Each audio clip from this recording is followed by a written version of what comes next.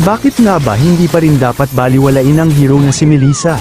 Ito ay dahil sa advantage nito laban sa mga melee heroes gamit ang kanyang mga skills. Malaking bagay ang ultimate nito kung saan magre-release si Cuddles ng Field of Protection kung saan hindi ka maaari lapitan ng mga melee heroes. Maaari mo rin ito gamitin upang idikit ang mga kalaban mo sa walls. Sa pamamagitan nito ay malaya ka na makakapagbitaw ng damage nang hindi man lang maaatake ng mga kalaban mo. Samahan mo pa ng passive nito kung saan ang damage na maididil nito sa mga minions, creeps at summon units ay aabot sa 125% kung kaya hindi ito madali magap sa lane.